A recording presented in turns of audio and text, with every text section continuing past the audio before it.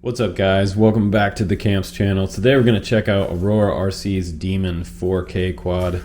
It is a little bind and fly quad with TBS crossfire on there. Comes with some instructions, the quad inside the box, and a variety of stuff as well. We're going to fly this today on a 4S 650 and an 850 battery, and we'll test it out, see how it does in comparison to some of the other super popular Cinewhoops out there. Let's go ahead and get this one up in the air, and we'll come back after the flight break, and we'll do a little bit of investigation into the way this one's set up, the quality control, the tune, the performance, durability, all that good stuff you expect right here. Let's go ahead and do some fun flying. I'll show you the analog video and the onboard 4K recorded video. Here we go, Demon 4K. Alright guys, let's go ahead and get down to business here. Demon 4K. See a little bit of wobble in that first takeoff? My first takeoff with this quad, it flew up in the air and tumbled all around and then crashed on the ground. And I realized it was having a hard time flying the 850 size battery. Now these are only 2-inch props on here, so you know, you are using some bigger motors, and they're a little better, a little more efficient than some of the 1106 series motors that they tend to put on a 2-inch configuration. So this really should give us a little bit of a better type of flying time. 650 battery would balance it out a little bit better, but still I'm seeing this lateral kind of shaking going on even with the 650. So if you want to back down to like a 3S battery on this quad, you might even fly a little bit better, because weight is the biggest enemy, it seems, to the way this quad is set up. So I felt like it was always on the fringe of kind of crashing or kind of falling past the point of having a washout while I was flying it. So that's the other thing. It didn't feel super comfortable even in like stability mode. So I'm giving this quad a thrashing in this video. If you guys are watching this, you're probably shocked and amazed that, oh my god, Justin Davis is actually saying something is shite. Well, I mean, look at this video up high right here. We've got some jingles going on here. We've got the jiggles, the jingles, and the oh my god, I almost thought I was going down at that point. So yeah, the competition is really fierce out there for this class of Cinewhoop. The 2-inch and 2.5-inch Cinewhoops out there right now that are on top of the game are way better than this one. So we're going to go ahead with this review, and we're going to talk about this quad. I'm going to go into it in further detail for you guys. But first off, I just wanted to jump right into this video so you can see is what it is. If you already bought this quad, hopefully there's a tune out there somewhere for it, or you're going to fly it on 3S 650. Maybe that'll make it a little less wiggly wobbly. But still, I still have fun with these quads when I fly them. So I did have some fun with it, but I felt like I was being held back as far as the speed, the tune, and the smoothness of what we should be flying as a Cinewhoop. So yeah, this one's missed some major points with that tune flaw. And let's just go back to the studio now and talk about it a little further. Alright guys, welcome back from the flight test. So yeah, you ready for an honest review? There is a lot of competition out there for this size and class of Cinewhoop, and when you come into this Cinewhoop category with your offering of components and your frame, you better be damn sure that you are ready to compete with the masses that are out there in this sort of competition, because all of these companies are competing for your dollar, and you as the customer, you want to be able to have a seamless experience with that quad. And I'm talking on all levels. We're talking about like quality control, we're talking about the tune on there, we're talking about the performance, the way that the power system works along with the battery. Does it sag the battery? Even a brand new battery sometimes a bad power system can do that.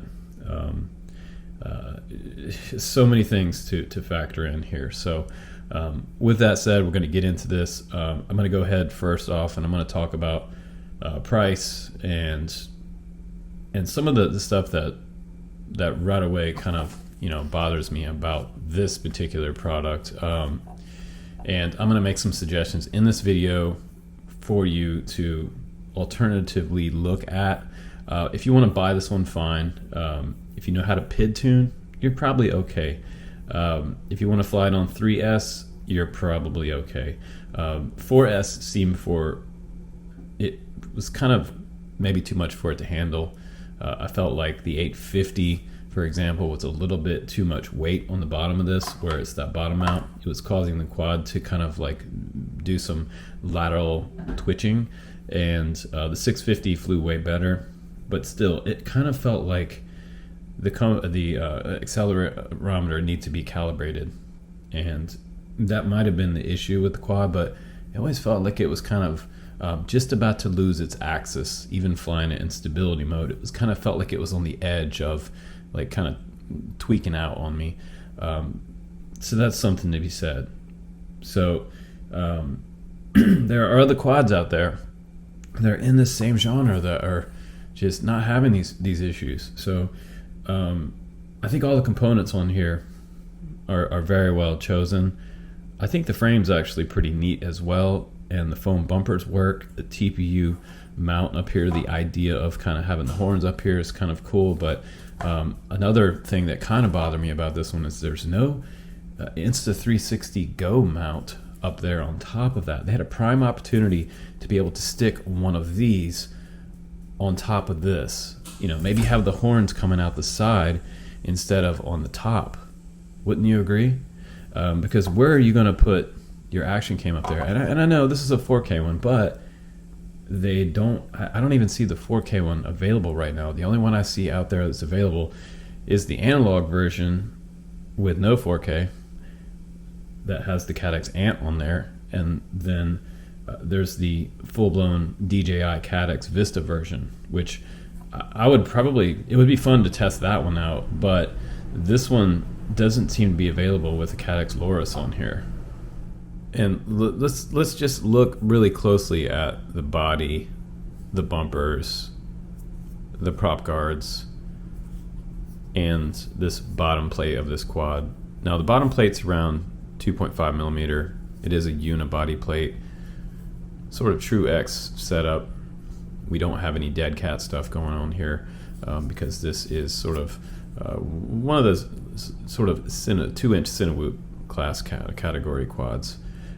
This will be super durable for you. This is likely not to break. This is pretty cool. We also have an F411 AIO flight controller just under here, and we have 25 amp ESCs, which are really, really great. Everything's dampened in there from what you expect that these days. They have 4 bolts holding that down. You have an SD card slot right here for the 4K Loris, and running this power system is the 1204 series motors on here, and these 1204s are 5,000 kV. I'll just try to zoom into those a little bit for you. And I thought the motors looked really nice. I like the sort of anodized pink bell and blue aluminum bottom plate there. Looks really nice, along with those 2-inch props.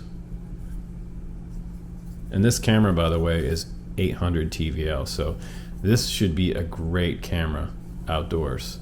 And you can shoot 4K at 60 frames per second with this camera as well for this onboard DVR, which is really nice.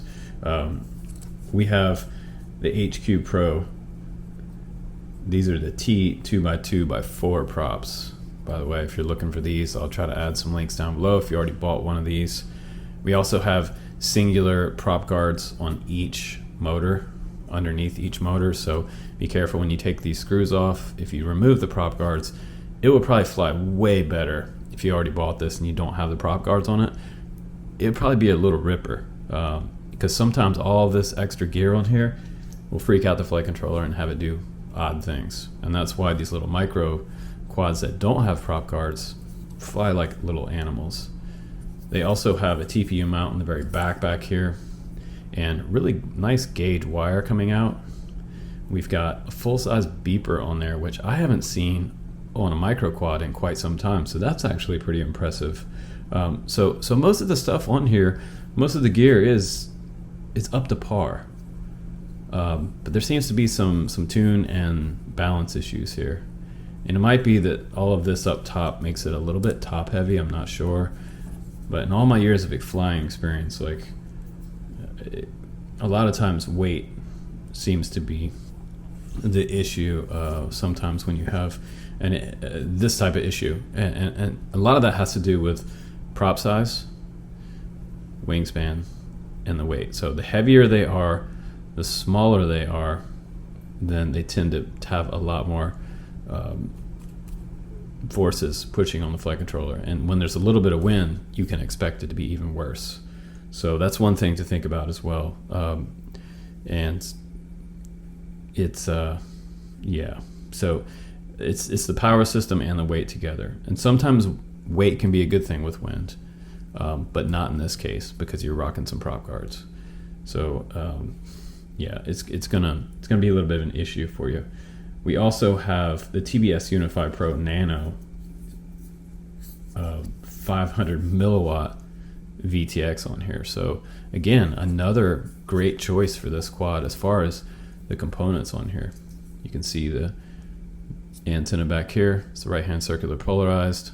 It's got this cool alien on top, and we got an AuroraRC branded capacitor back here as well, protecting any voltage spikes. Let's go ahead and put it on the scale real quick. Let me show you guys what this one's weighing in at, if you're still hanging with me. And please do hang, because I'm going to tell you which one you should buy after we finish up this review as an alternative to this one. So right there is 100.2 grams, yeah? Let's put on the 4S850, and I recommend these all-line batteries right now. They're doing pretty good for me. I have no idea how I'm going to make this work. I have to do this. Just go ahead and put the battery on there, see if we can balance that out. Scales back to 0, and here we go. Make sure that's not touching the bench. Okay, we're good. And that's coming in at 208.9 grams. So you could still add your Insta360 Go on top of here if you wanted to, and you weren't satisfied with the Loris video. But I think the Loris video actually looks better than the Insta360 Go, because it just does. But it has no smoothing on that particular DVR, so on the Loris DVR. The good thing about the Insta360 Go is it does have some smoothing. So overall, I think this one is a little high priced for what it is, and I think you're going to see this one discounted after this review comes out. And also, guys, as an alternative to this one, I mean, there's so many really badass quads out there right now that are in the same price range that will blow the pants off this one. I mean, number one of my best 2021 picks right now is this HOM Wingsuit S. I mean, get on this one. You want an analog version of this one? Get the analog version of this one. It will beat the crap out of this quad. You want to get the DJI version? It will rock as well. The other thing I'm testing out for you guys as well is this Beta FPV 95X. This one's also doing good in testing and has the option already with the external power for the SMO 4K camera. And any of these companies that are playing around with making these quads right now, if they don't put a mount in the box for the Insta360 Go and a naked GoPro, they're like missing the ball and adding this power cable. So that is something that all of us are wanting right now that are running quads at this size and class. And the other one I'm going to recommend, it's a little more beastie in the frame. It's just the original wingsuit. Still a really beautifully flying quad. Please go back and watch the reviews on the wingsuit and the wingsuit S. And as well, another choice that's super tough is the Micron. So this is the Micron 2 is out, so you can grab a Micron as well. So much a competition.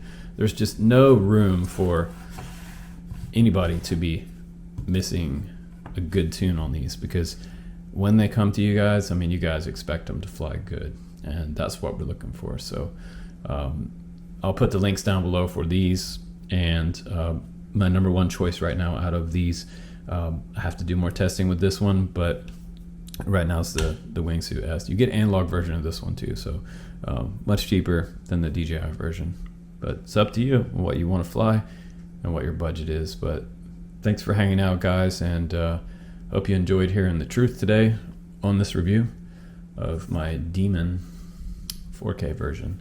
I'll put the links down there below for that one, not the 4K version obviously, but the DJI version and just the straight analog version. So please do subscribe on the channel, guys. Got more awesome reviews coming up for you. Tons of new quads coming in. 2021 is going to be a fun year. Take care, guys. I'll see you on the next one.